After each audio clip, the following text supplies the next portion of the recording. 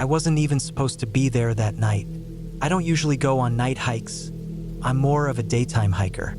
I like seeing where I'm going, knowing what's ahead.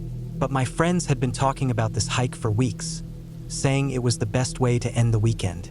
They did it all the time. Hiking under the stars, no crowds, just the quiet of the woods. They swore it wasn't a big deal, but almost everyone bailed at the last minute.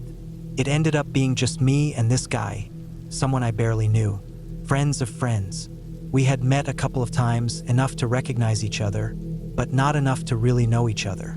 Our friends told us to still go, said it'd be fine, but I remember standing in the parking lot, wondering if this was a bad idea. It was already dark when we started. One of those warm summer nights where the air feels thick and heavy.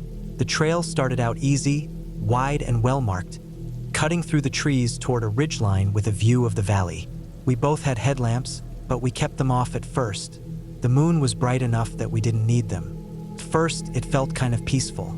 The woods were quiet except for the sound of our footsteps. The trees were dark silhouettes against the sky, and the trail glowed faintly in the moonlight. I started to understand why people like night hiking. There was something calm about it, something different, but that feeling didn't last.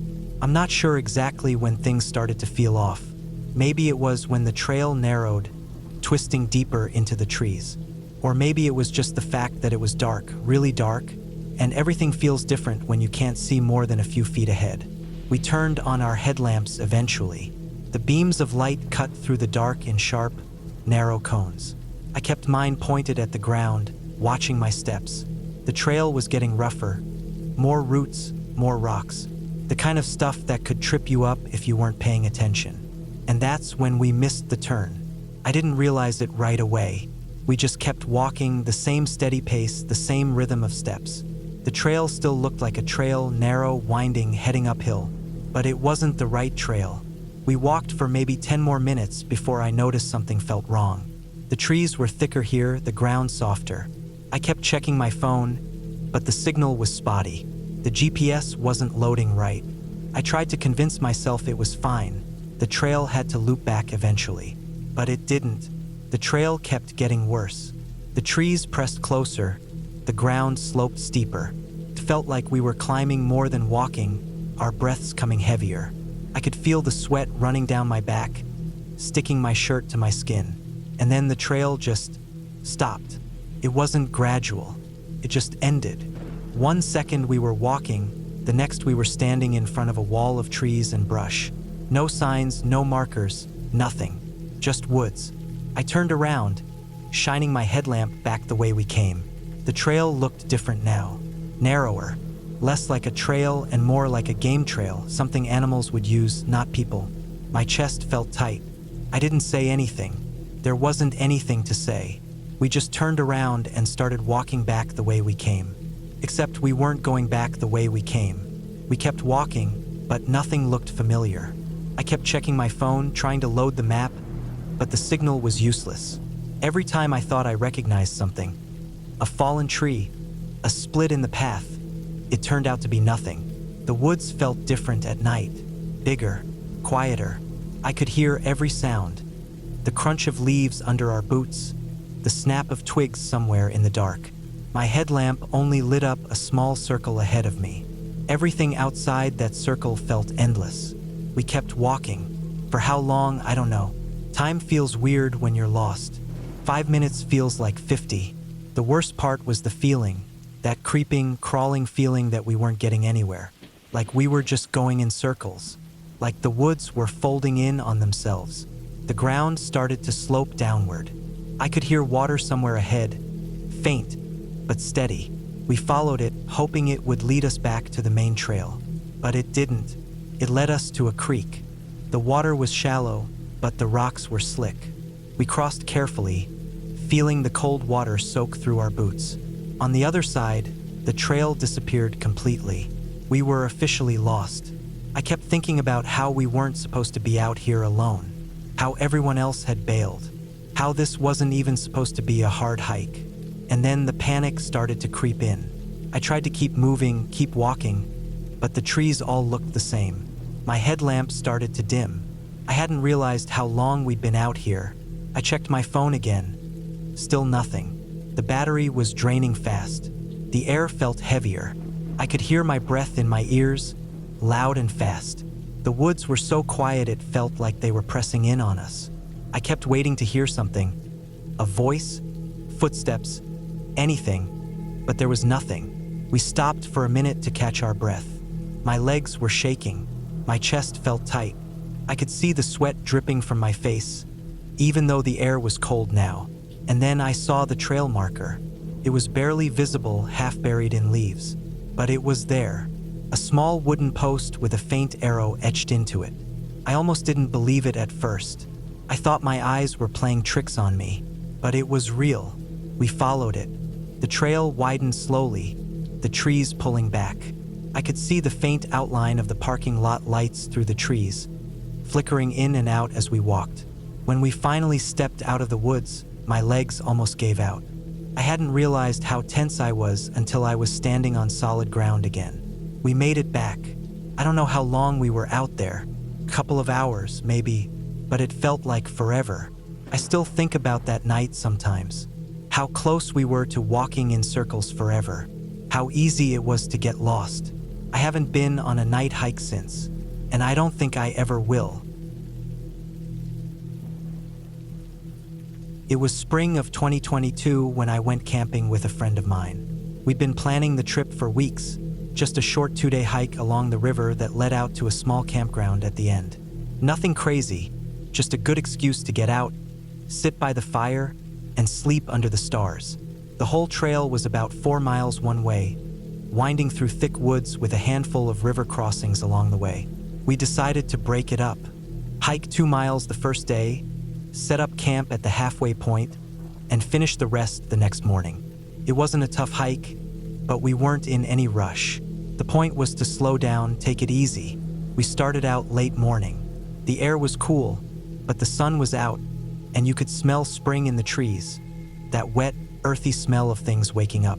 The trail followed the river most of the way, cutting through pines and rocky outcrops. Every now and then, it dipped down close to the water where the trail got slick with mud. The river crossings were manageable, just a few downed logs and some shallow spots where you could hop across rocks. Still, by the time we hit the 2-mile mark, my boots were damp. Nothing serious, just enough to feel it. We set up camp near a flat patch by the river.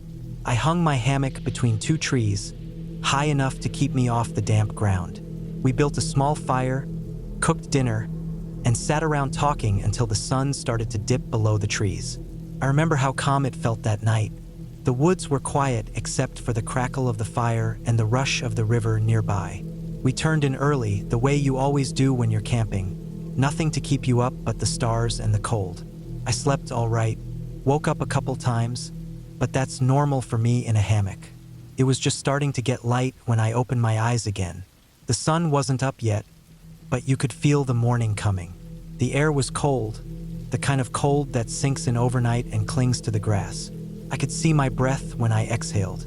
I laid there for a minute, half asleep, listening to the river. I was about to close my eyes again when I saw something on the trail. 2 kids. They were just standing there, maybe 20 feet from our campsite. A girl and a boy. The girl looked about 6 or 7, the boy maybe 4 or 5. They were both soaked. Their clothes clung to them, dripping at the edges.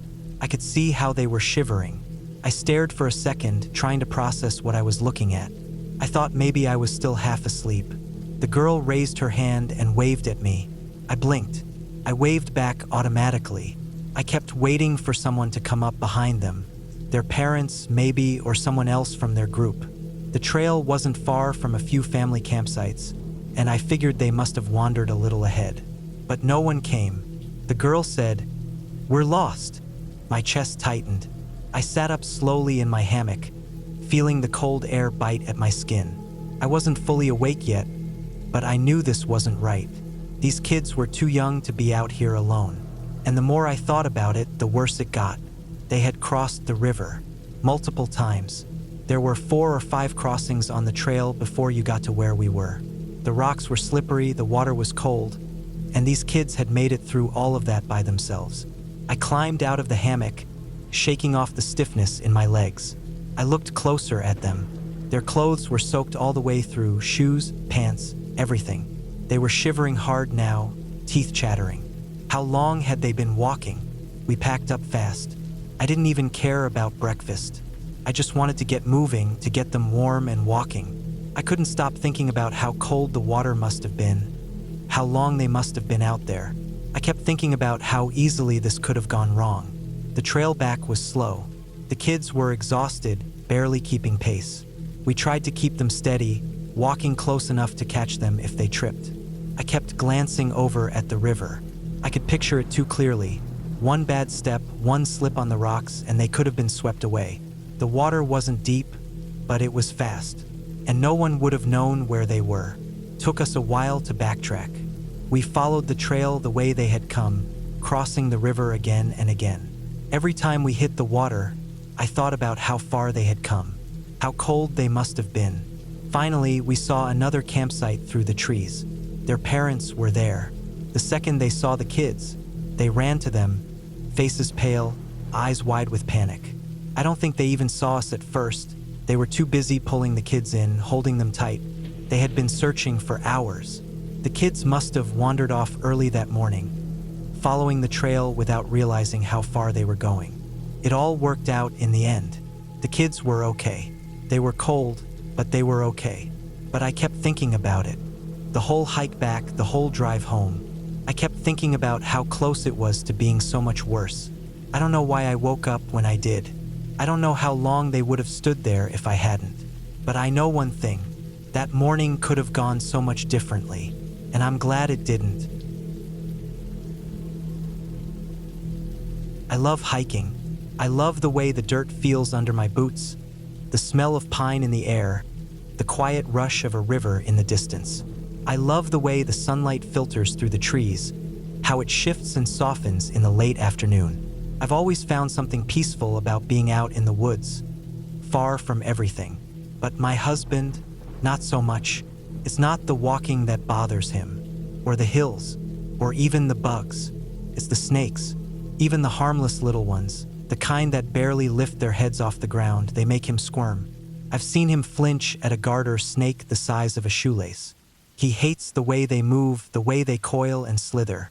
But he comes with me anyway. He knows I love it, and that means something. We hike a few times a year, usually on easier trails, the ones with lots of traffic and wide paths. He stays close, keeps his eyes down, and jumps at every stick that looks a little too curved. But that day, the day I'm about to tell you about, I don't think he'll ever hike with me again. We had planned a quick loop trail near the lake. Nothing too tough, 5 miles, mostly flat. It was the kind of hike where you don't have to check the map every few minutes. Just a nice walk through the woods. It was early spring, still cool enough that the bugs weren't out yet, but warm enough for t-shirts once you got moving. He was nervous from the start. I could tell by the way he walked, how he kept his arms a little stiff at his sides. He kept his eyes on the ground, stepping carefully over roots and rocks, scanning the trail like he was expecting something to jump out at him. Relax, I almost said, but I didn't. I knew better. We were about 2 miles in when I saw the first one. It was small, lying across the trail where the sun had warmed the dirt. Just a garter snake, thin, dark, barely 2 feet long. It didn't even move when we got close. It just laid there, soaking up the heat. I stopped, glanced back at him. He hadn't seen it yet. I thought about warning him. I thought about waving him off, but I didn't. I figured I'd just walk around it and keep going. No need to make a big deal out of it. But then he saw it. He froze. His whole body stiffened. "It's fine," I said quickly. "Just a little garter snake." He didn't move. His eyes were locked on it like it was going to lunge at him. I walked around it and waited on the other side until he finally, carefully, edged past. "I hate this," he muttered. I laughed. Not to be mean, just because it was so him. We kept going. The woods were quiet. The sun was higher now, cutting through the trees in sharp beams. I was just starting to get into that peaceful, easy rhythm when I saw another one. Then another, and another. They were everywhere, not just on the trail, in the grass, curled around rocks, slipping through the leaves. Little ones, big ones, some with dark stripes, some with blotchy patterns. I stopped walking. My chest felt tight. I glanced back at him. He was staring at the ground, his face pale. "I think it's a den," I said. My voice felt too loud in the quiet. "They're probably just coming out for the sun." He didn't say anything. I could see the panic in his eyes. He was breathing hard, his hands hanging stiff at his sides. "We'll just go around," I said. I tried to sound calm, like this was no big deal. "We'll keep walking." But they were everywhere. Every time we took a few steps, there was another one. I wasn't scared of snakes, but this was too much. I could feel it now, the wrongness of it, the way they moved, the way they seemed to be coming from every direction. He wasn't walking anymore. He was frozen. "Come on," I said. "We need to keep moving." He shook his head. I took his hand and started walking, pulling him with me. We kept our steps high, careful, but it didn't matter. I could feel them under my boots. I could feel the way they moved, the way the ground almost seemed to ripple. I tried to tell myself it was fine. They weren't venomous. They were just garter snakes. Harmless, but it didn't feel harmless. It felt like the woods were alive. By the time we made it to the next clearing, I could feel the sweat running down my back. My legs were shaking. I glanced back at him. He was pale, his breathing fast and shallow. "We're almost out," I said. "Just a little further." But it wasn't just a little further. The last mile of the trail ran through a low, marshy area, the kind of place where the ground stays damp even in the summer. It was worse there. The snakes were everywhere. Not just a few, dozens, maybe more. I could see them sliding through the water, curled on logs, draped over branches. The trail was narrow, barely wide enough for one person. He stopped walking. "We can't," he said. His voice cracked. "We have to." I grabbed his hand again. I could feel him shaking. We moved slowly. Every step felt wrong. I could feel the way the ground shifted under me, the way they slid over my boots. I kept my eyes forward. I didn't want to look down. I didn't want to see the way they moved. By the time we made it to the parking lot, my chest felt tight. My hands were shaking. He didn't say anything, just got in the car and slammed the door. We drove home in silence. That night, he told me he was done hiking. I don't blame him. I've been on a lot of trails. I've seen bears, coyotes, even a mountain lion once. None of that ever made me feel the way those snakes did. I still go hiking sometimes, but I go alone, and I never go back to that trail. I've always loved hiking. There's something about the way the air feels in the woods, thick with the smell of dirt and pine, sharp with the bite of early morning cold. I like the quiet, the kind that hums in your ears when there's nothing but trees around you. Clears my head better than anything else ever has. I never thought it could be anything but peaceful. That changed last October. I had the day off and I figured I'd drive up to the trail near Miller's Ridge. It's about a 2-hour drive from my place, mostly back roads once you get off the highway. I got there just after 8 a.m. The sun was still low, the ground slick with dew. I parked at the trailhead, tossed my pack over my shoulder, and started walking. The first few miles were nothing special, just the usual. Birds in the trees, the crunch of gravel under my boots, the sound of my breathing as I pushed uphill. I was sweating by the time I hit the ridge, but the view made it worth it. You could see for miles. The valley stretched out below, trees rolling in waves of red and gold. I sat there for a while, ate a granola bar, drank some water. That's when I noticed the dog. It was standing just off the trail, about 20 feet down the slope. Big dog, black fur, patchy in some spots like it had been in a few fights. I don't know how long it had been there. It wasn't barking or anything, just staring up at me. I like dogs, but something about this one made my skin crawl. It wasn't just the way it looked. It was the way it stood there, perfectly still. Its chest wasn't moving, no panting, no shifting its weight, just still. I whistled, clapped my hands.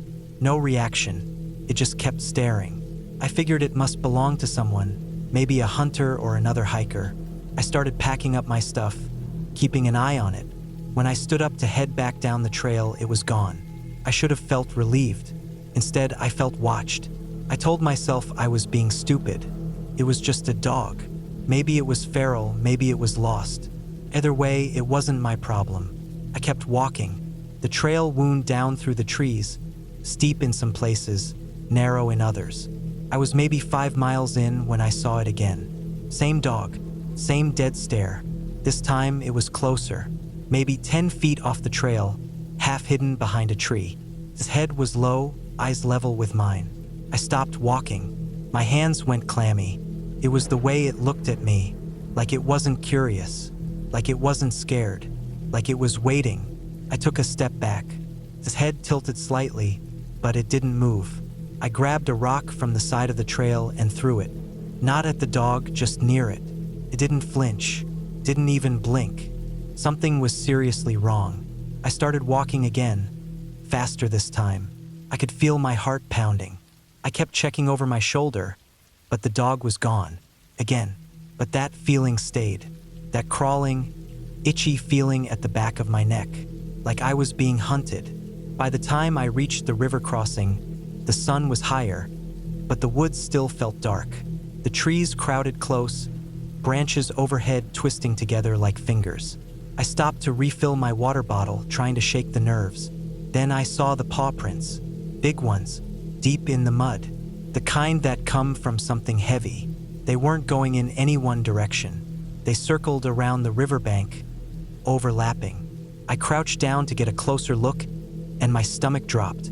Some of the tracks were mine. It had followed me. I stood up fast, scanning the trees. Nothing. No movement. No sound but the water and the wind. I kept telling myself it was just an animal, just a big dog. Maybe it was hungry, maybe it was scared. But deep down, I didn't believe that. I kept moving, faster now, almost jogging. The trail looped back up toward the ridge before curving around to the parking lot. I figured I had maybe 4 miles left. Not far, but every time I looked back, it was there, not on the trail, in the trees. Always just far enough to keep me guessing. A shadow between the trunks, a flicker of black fur, those same empty eyes. I picked up the pace. My legs burned. My lungs felt tight. I wasn't even trying to be quiet anymore. I just wanted to get out. Then I heard it, the sound of paws, heavy, fast. I ran. I don't remember dropping my pack. I don't remember the pain in my legs. All I remember is the sound, claws on dirt, breathing that wasn't mine. I hit a downhill stretch and nearly lost my footing. My knees buckled, but I kept running. I didn't look back. Couldn't. The trail curved hard to the left, and I skidded around the bend. That's when I saw it, the parking lot. My car. I sprinted the last stretch, heart slamming in my chest. I fumbled with my keys, nearly dropped them. When I finally got the door open, I threw myself inside and slammed it shut. For a second, all I could hear was my breathing. Then I looked up. It was standing at the edge of the lot, just standing there, watching me. I started the engine. The sound echoed off the trees, but the dog didn't move. I backed out fast, gravel spitting under my tires. When I hit the road, I glanced in the rearview mirror. The lot was empty. I didn't stop driving until I got home. I locked every door, every window.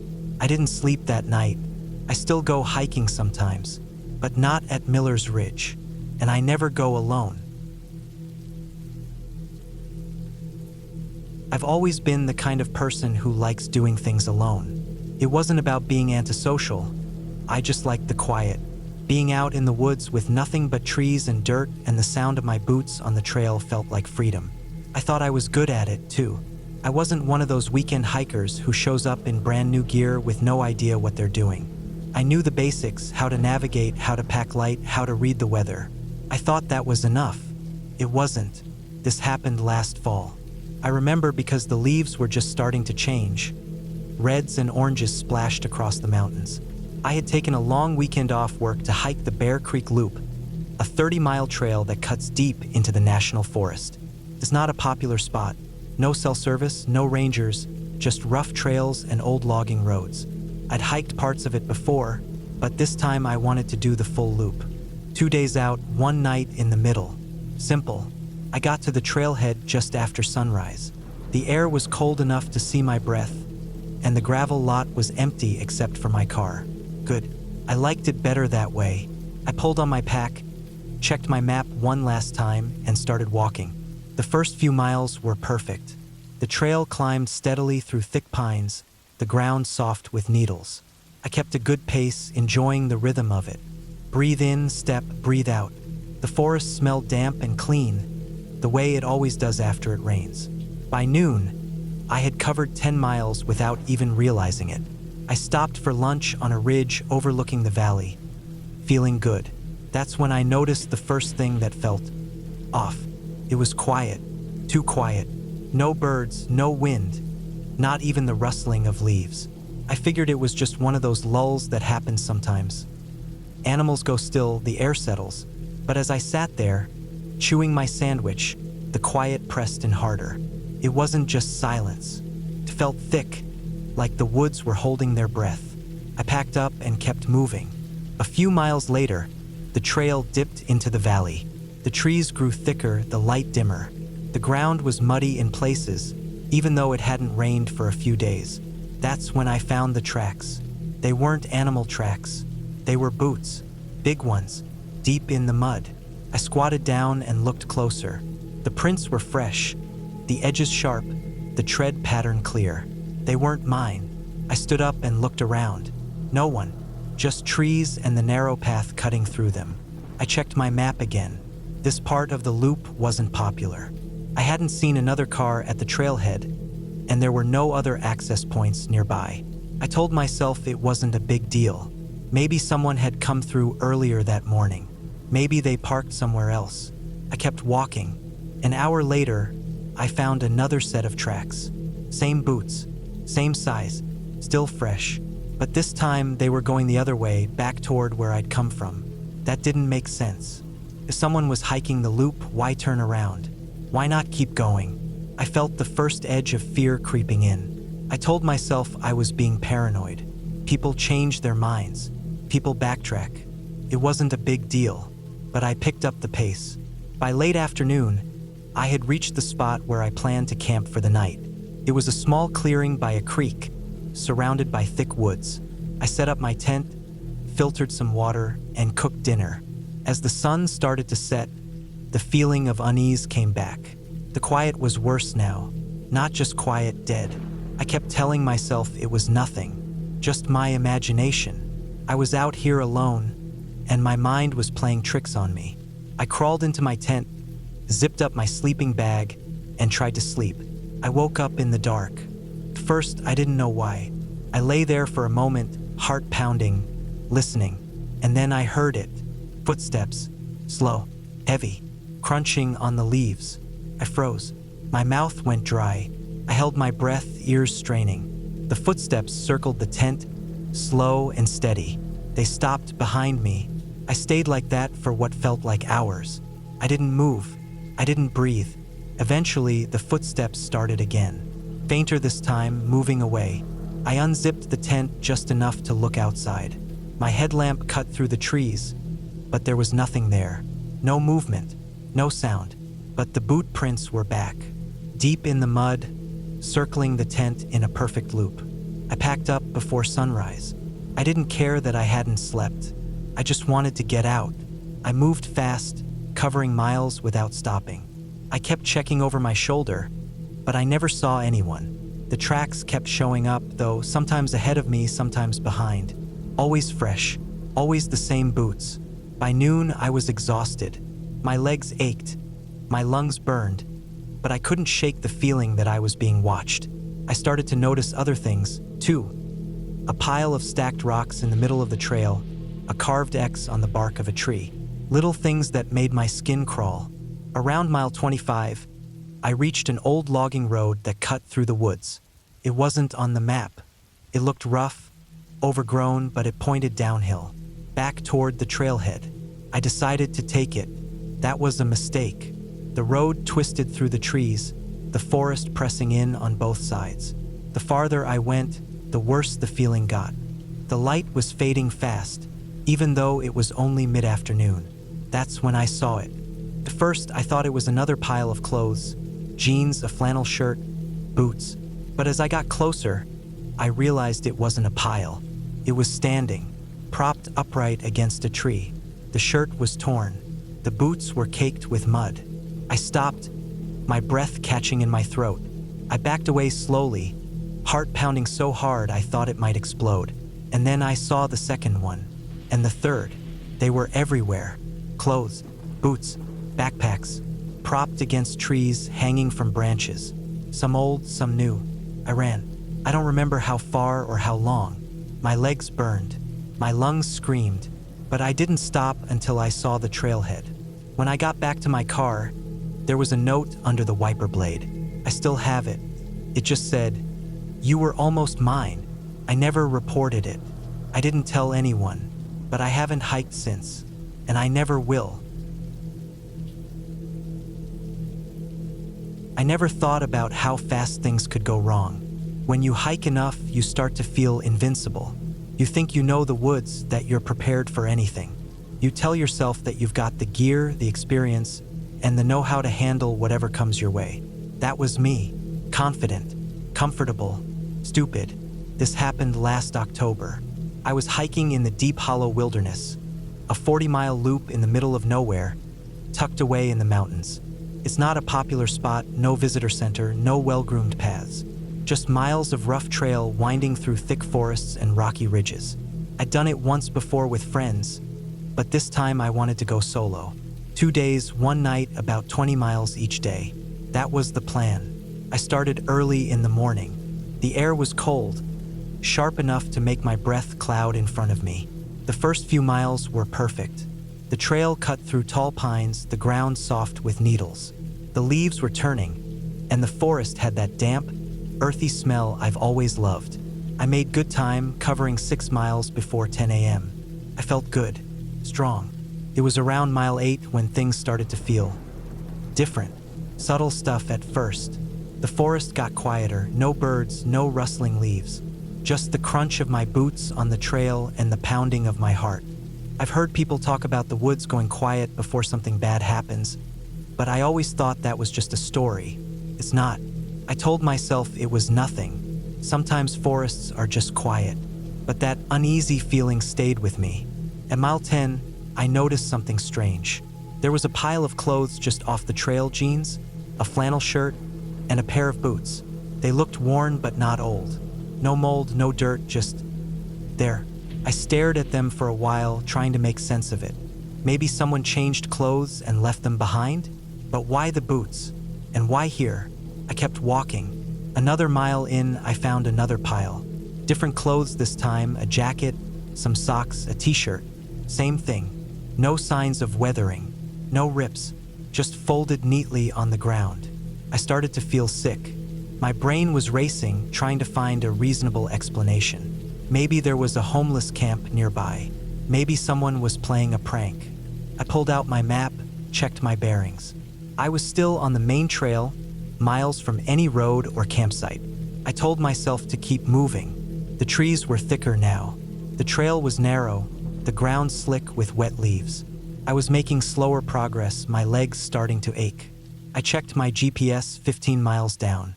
I was close to my planned campsite, but I felt an overwhelming urge to keep going. I just wanted to get out of there.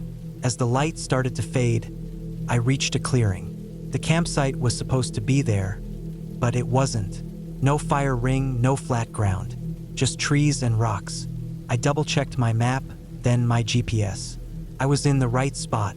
I felt panic creeping up my spine.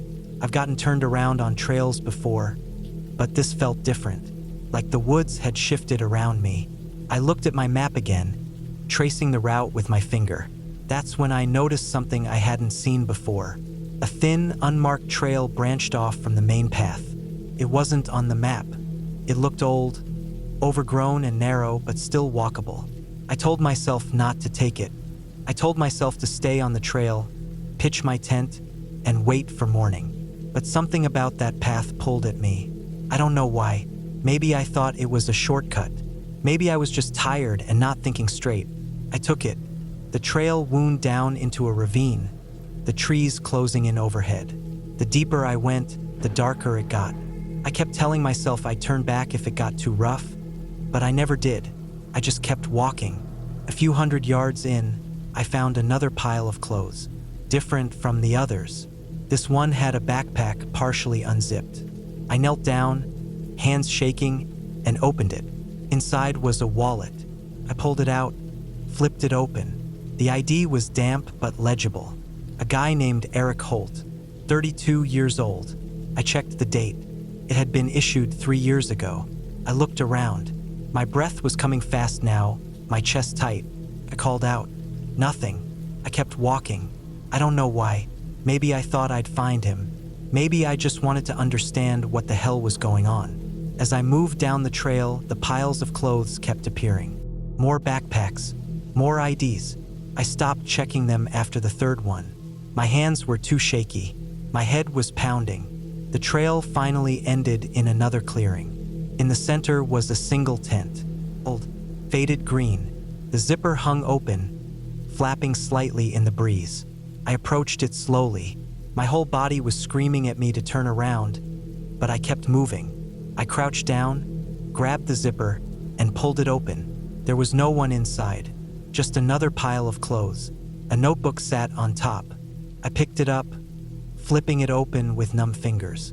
The handwriting was messy, frantic. The last entry stopped me cold. It's watching me.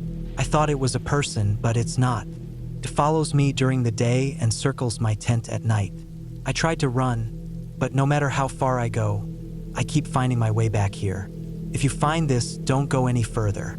Don't let it follow you. I dropped the notebook and stumbled back. My breath was coming in gasps. I turned and started running, my pack slamming against my back. I don't know how long I ran. It felt like hours.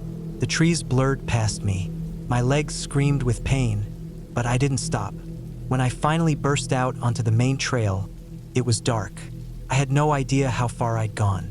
I checked my GPS. I was back at mile 10. I don't remember the last 10 miles. I must have run them. I didn't stop until I saw my car at the trailhead. My breath ragged, my face burning. I got in and drove. I didn't care that it was dark. I didn't care that I was soaked in sweat and shaking so hard I could barely hold the wheel. I never reported what I found. I don't know why. Maybe I was scared they wouldn't believe me. Maybe I just wanted to forget. But I can't forget. I haven't hiked since, and I never will. I've always loved hiking. There's something about being out there, away from everything, that makes life feel simpler. No emails, no noise, no one pulling at you for attention. Just trees, dirt, and the steady rhythm of your breath. I never considered it dangerous. Not really. I thought I knew what I was doing. I had the gear, the experience, and the instincts. But the woods don't care how prepared you are. They don't care how many hikes you've done. When something goes wrong out there, you're on your own. I learned that the hard way last September. I took a trip out to Red Pine Trail, a 30-mile loop that cuts through a stretch of national forest in the mountains. It's remote, but not completely off the map. Most people go in the summer when the weather's perfect and the days are long, but I like the off-season. Fewer people, more solitude. That weekend, I planned to do the whole loop, 2 days out, 1 night camping. I'd done it before. The weather was decent, cloudy but warm enough, low chance of rain. I packed light but smart. Tent, sleeping bag, food for 2 days, water, and my usual safety gear. I parked at the trailhead just after sunrise. 2 other cars were there. I didn't think much of it. The first 10 miles were smooth. The trail climbed steadily through dense pine forests, then opened to a rocky ridge where you could see for miles. I took a break there, sitting on a flat rock with my pack off, drinking water and watching the clouds roll in. The air smelled like rain, but it felt distant.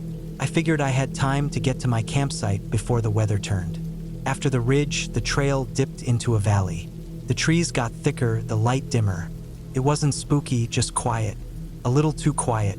I kept walking, focusing on my breath, on the rhythm of my steps. That's when I noticed something weird. The trail was getting harder to follow.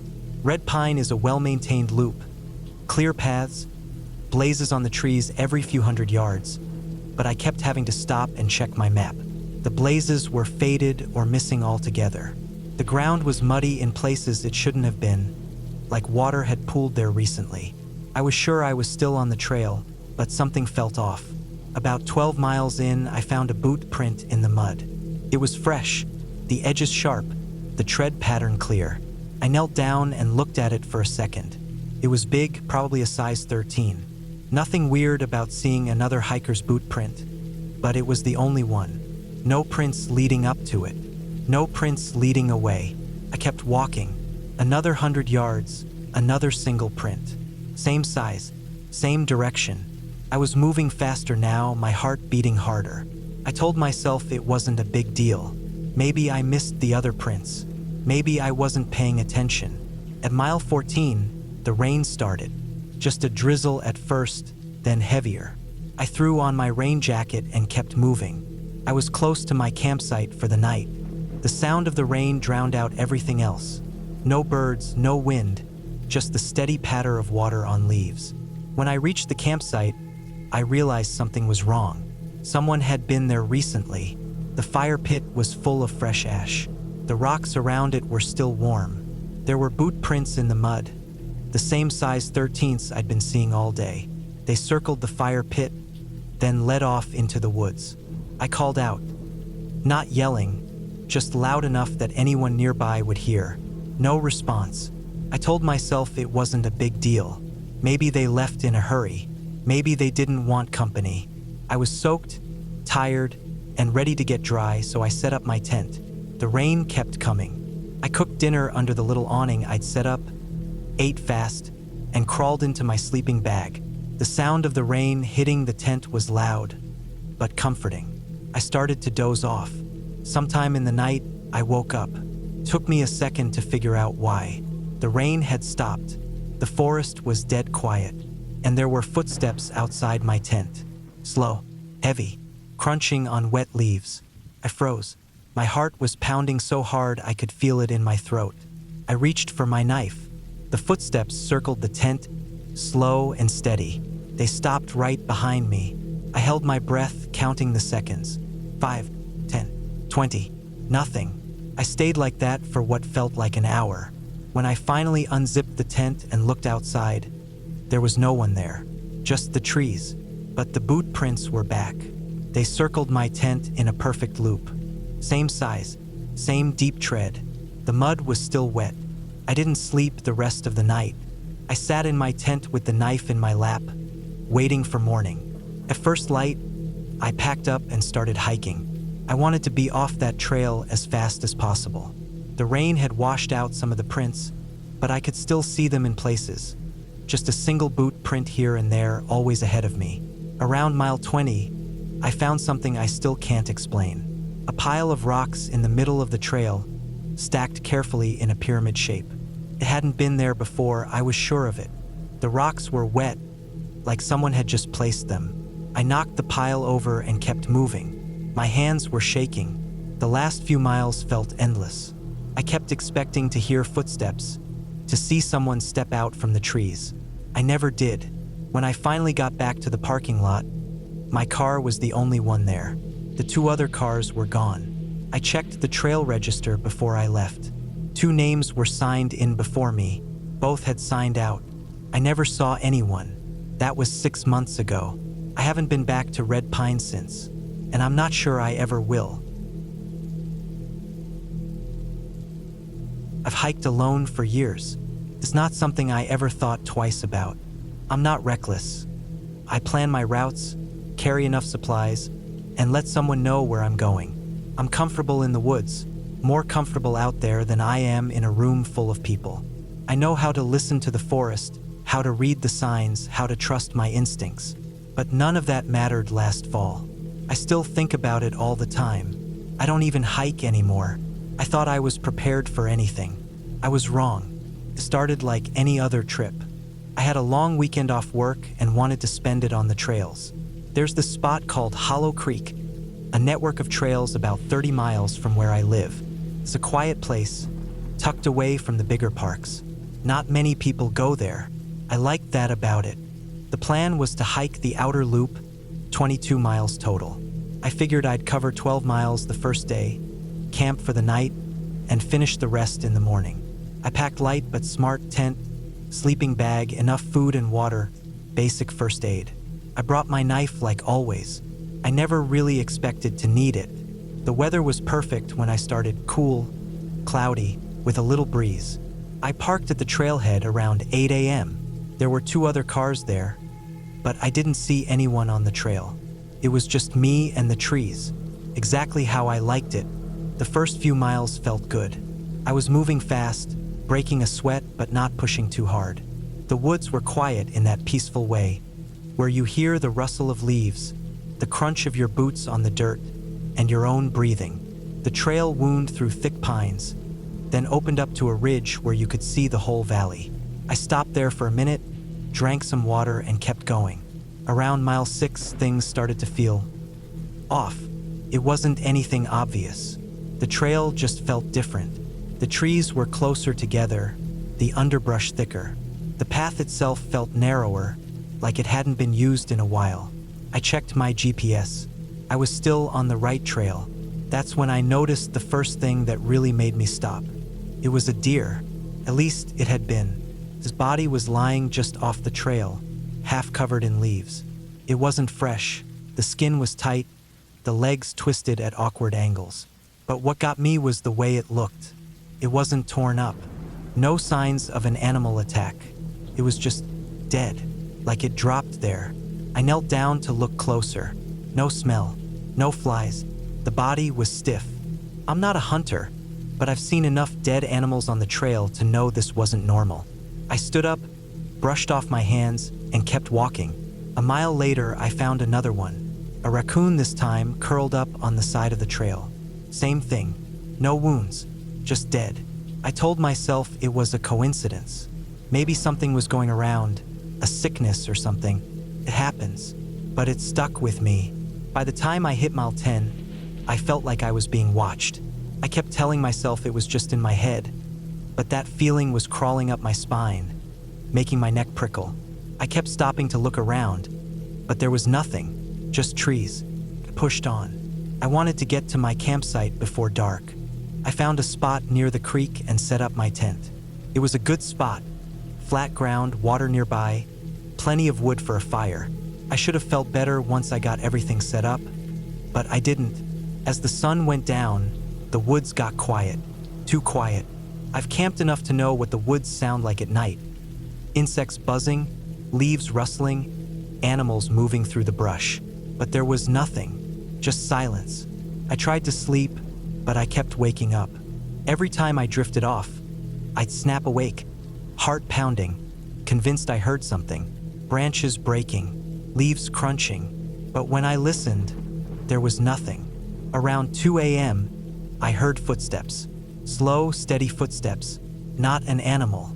Human. They were coming from the trail, moving toward my tent. My heart was pounding so hard I could barely breathe. I reached for my knife and sat there, holding my breath, listening. The footsteps stopped. I waited. 10 seconds. 30. A minute. Nothing. I unzipped the tent as quietly as I could and looked out. My fire was low, just glowing embers. The woods were dark. I scanned the trees, but there was no one there. I didn't sleep the rest of the night. I sat by the fire until the sun came up, my knife in my lap. I wanted to believe it was nothing. Maybe I imagined it. Maybe it was just an animal. But I knew better. I packed up and started hiking as soon as it was light enough to see. I was tired, but adrenaline kept me moving. I wanted to get back to the trailhead as fast as I could. A few miles in, I started noticing the footprints. They were on the trail, heading the same direction I was. Big, heavy boots.